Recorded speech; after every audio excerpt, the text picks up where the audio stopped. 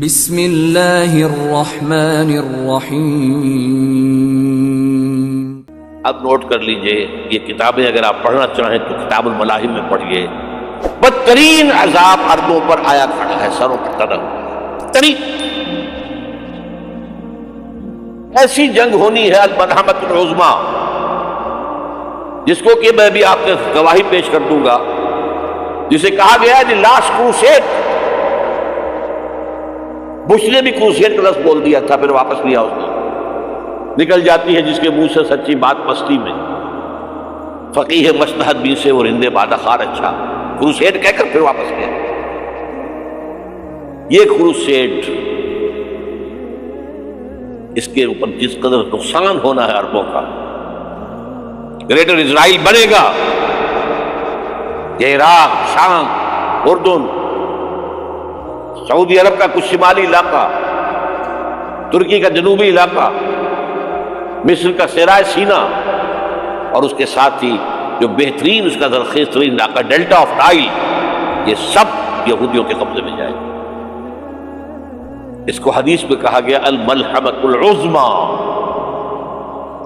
عیسائی 80 علم لے کر ہے مسلمانوں تم پر حملہ آور ہوں گے، اور ہر علم کے نیچے 12,000 فوج، 9.5 لاکھ فوج۔ یہ نیٹو کی تیاری کس کے لیے ہو رہی ہے؟ جب USSR کا خاتمہ ہوا تو پوچھا گیا تھا نیٹو چیف سے، اب کس لیے؟ تمہارا وہ دشمن تو ختم ہو گیا، اب ہمیں اسلامک فنڈامنٹلزم سے نمٹنا ہے۔ وہ جانتے ہیں خطرہ یہی ہے، اب اسلام ابھر سکتا ہے، مسلمانوں کے سینوں کے اندر وہ آگ ہے، اوپر خاکستر آ گیا ہے، تمہیں اٹھانا بیٹھنا، یہ اندر تو انگارہ ہے، اوپر سے راکھ ہے، اسے دھوکہ نہ کھا جانا ان کے دلوں کے اندر۔ اور بش نے کہا تھا مسلمان چاہتے ہیں کہ ہسپانیہ سے لے کر انڈونیشیا تک نظام خلافت قائم ہے، اور میں حیران ہوا تھا کہ اس کمبخت کو ہسپانیہ کا خیال کیسے آ گیا؟ ہمیں تو کبھی آتا ہی نہیں، اب ہم تو بھول گئے، وہ تو 500 برس پرانی بات ہے جبکہ وہاں سے ہمیں نکال دیا گیا تھا۔ اگرچہ اقبال نے کہا تھا ہے ارض فلسطین پہ یہودی کا اگر حق، ہسپانیہ پر حق نہیں کیوں اہل عرب کا؟ ہسپانیہ میں تو 800 سال حکومت کی مسلمان نے، اور ابھی 500 برس سے گزرے ہیں۔ یہودی تو ارض مقدس سے 2000 سال نکالے گئے، انہیں لا کے آباد کیا گیا، عربوں کے سینے میں خنجر پھونک دیا گیا۔ وہ چھوٹا سا ملک جو چاہتا کرتا، کوئی پوچھنے والا نہیں۔ امریکہ جیسے اپنے بیٹے کی حفاظت کرے ویسے کرتا تھا، اور حضور نے فرمایا ہے وہ جنگ جب ہوگی تو ایک باپ کے اگر 100 بیٹے ہوں گے تو 99 ختم ہو جائیں گے، ایک بچے گا۔ یہ حدیث ہے صحیح۔ اور آپ نے فرمایا ویل للعرب من شر قد اقترب، عربوں کے لیے ہلاکت ہے، عربوں کے لیے بربادی ہے اس شر سے جو قریب آ چکا۔ اور آج جس طرح انہوں نے ان کی تہذیب کو اختیار کر لیا، دبئی جا کر دیکھیے، بدترین مغربی معاشرہ جو ہے وہ دبئی کے اندر اپنے قائم کر کے دکھا رہے ہیں۔ اب سعودی عرب اس راستے پر بڑھ رہا ہے، اور اس کے بعد نمبر 2 پر جو ہے ہم پاکستانی ہیں۔ لیکن میں اس کے وہ پہلی بات جو کہہ رہا ہوں وہ تو یقینی ہے، اس میں تو احادیث صحیحہ ہوگا، اگرچہ اس کے بعد پانسا پلٹے گا، پھر حضرت مہدی کا ظہور ہوگا، حضرت عیسیٰ کا نزول ہوگا، اور وہ گریٹر اسرائیل گریٹر گریو یارڈ بنے گا یہودیوں کا، ایک ایک یہودی قتل ہوگا اور دفن ہوگا۔ یہ بات میں ہونا ہے، میں پہلی بات میں فرض کرتا ہوں، وہ پانسا پلٹے گا جب پلٹے گا۔ ابھی جو سامنے ہے وہ کیا ہے؟ جس ملحمۃ العظمیٰ کہا حضور نے، جسے آرمگیڈون کہتے ہیں عیسائی۔ آرمگیڈون کی اگر کہیں جا کر آپ دیکھیں گے، آپ ڈکشنری میں مانی کہ کیا لکھا ہے، a very big war which will be fought between the forces of evil and good before the end of this world۔ اس دنیا کے خاتمے سے پہلے خیر اور شر کی قوتوں کے درمیان بہت بڑی جنگ ہوگی، ارمجدون اسے کہتے ہیں عربی میں، اور ارمگڈون اسے کہتے ہیں انگریزی کے اندر، اور یہ بائبل کی آخری کتاب کے اندر ہے، جو اس میں کہ مکاشفات یوحنا، ریولیشنز آف سینٹ جان. یہ تو میں کہہ رہا ہوں یقین کے ساتھ، اور زیادہ دور نہیں آیا چاہتا ہے. اس لیے کہ یہودیوں کا اور عیسائی جو کنزرویٹوز ہیں، نیو کنزرویٹوز، ان کا 5 نکاتی ایجنڈا ہے متفق علیہ، جس کے تحت کہ یہ جنگ صلیبی شروع کی گئی. تو سن لیجئے آپ، آرمگیڈون نمبر 1، گریٹر اسرائیل قائم ہو جانا اس کے نتیجے میں نمبر 2، مسجد اقصی اور قبۃ الصخرہ کو گرانا نمبر 3، وہاں 3rd ٹیمپل، وہ مسجد جو حضرت سلیمان نے بنائی تھی 1000 قبل مسیح میں، پھر برباد کی تھی نیبوکدنیزر نے، دوبارہ بنائی گئی، پھر دوبارہ ختم ہوئی 70 عیسوی تک گری پڑی. ان کا خانہ کعبہ گرا ہوا 70 عیسوی سے لے کر آج تک. ایک دیوار ہے ویلنگ وال، جہاں جاتے ہیں، روتے ہیں، پیٹتے ہیں، ماتم کرتے ہیں، وہاں وہ بنے گا 3rd ٹیمپل.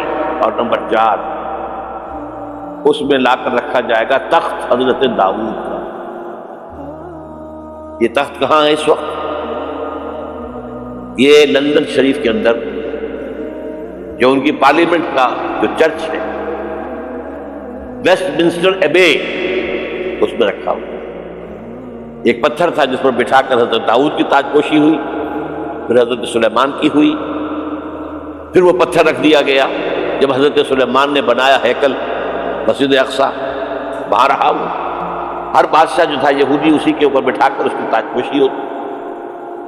سن 70 میں ٹائٹس نے گرایا اسے ہیکل کو، وہ پتھر لے گیا، وہاں سے روم گیا، روم سے آئرلینڈ گیا، آئرلینڈ سے اسکاٹ لینڈ آیا، اسکاٹ لینڈ سے انگلینڈ آیا، اور اب وہ رکھا ہوا ہے 14ویں صدی عیسوی سے آج تک.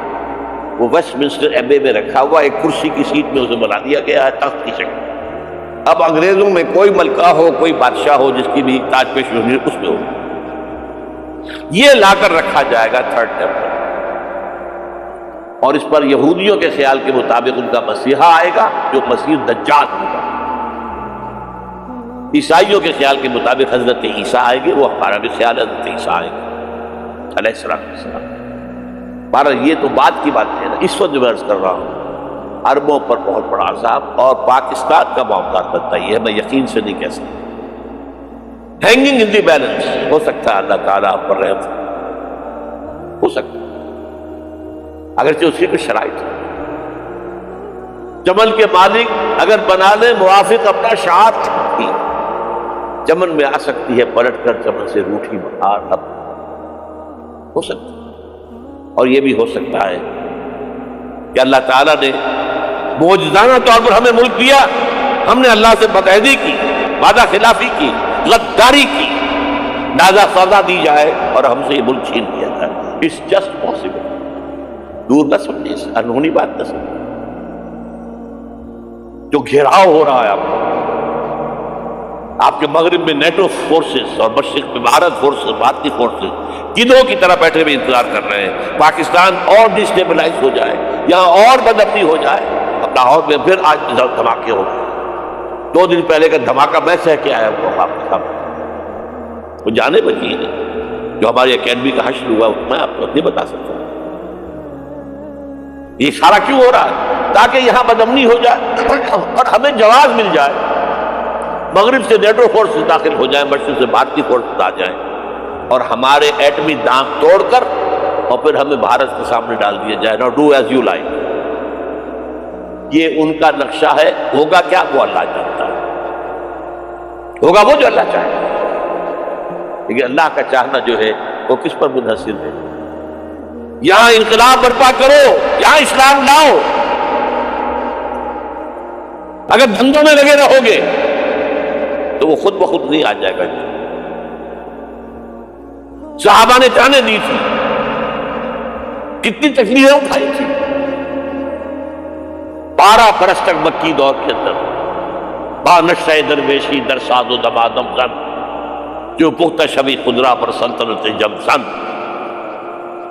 یوم طائف یاد ہے جو حضرت عائشہ فرماتی ہے کہ میں نے پوچھا تھا حضور سے کہ یوم احد سے زیادہ سختی بھی آپ پر کبھی آئی؟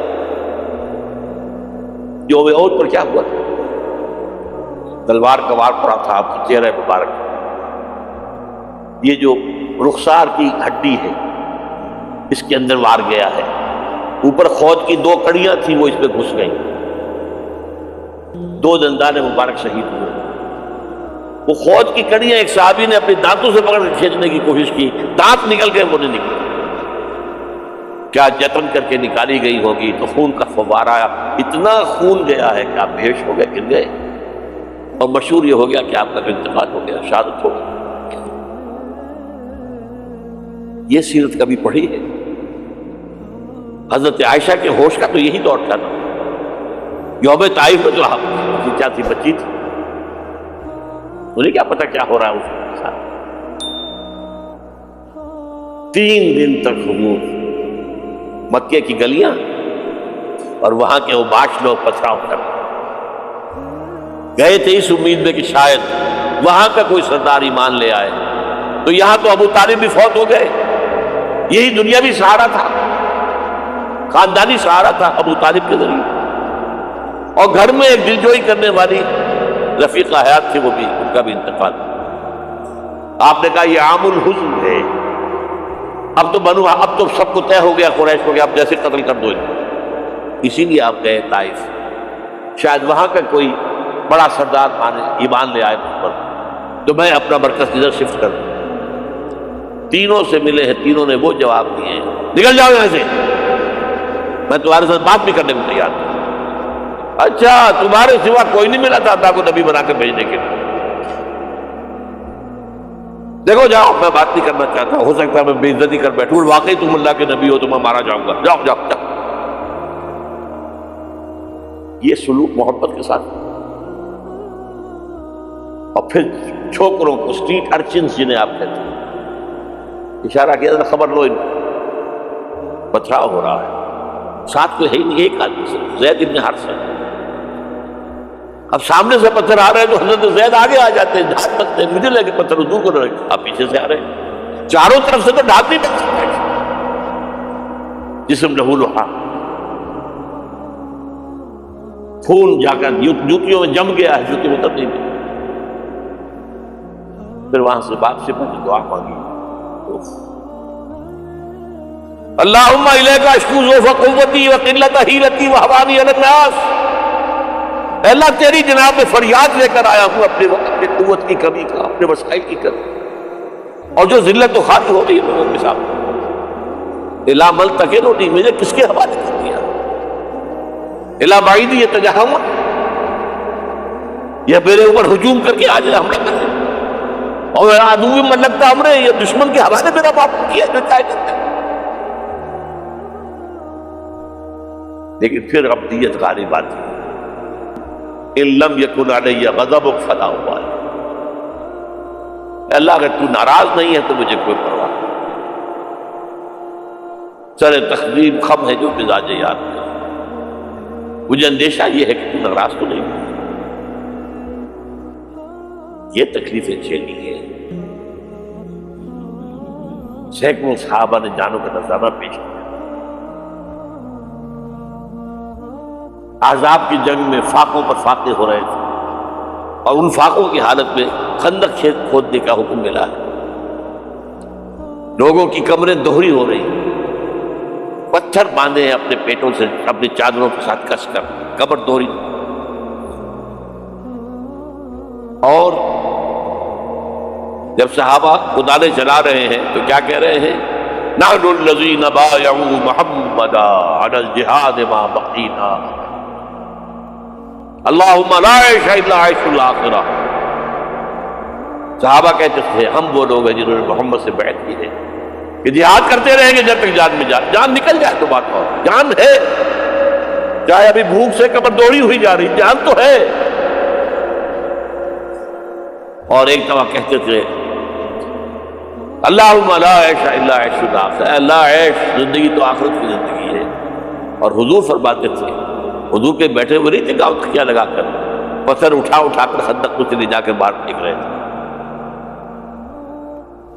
جب صحابہ کہتے ہیں اللہم لا عیش الا عیش الاخرہ، حضور فرما رہے ہیں فاغفر للانصار والمہاجرہ، اے اللہ ان انصار اور مہاجرین کی مغفرت فرما۔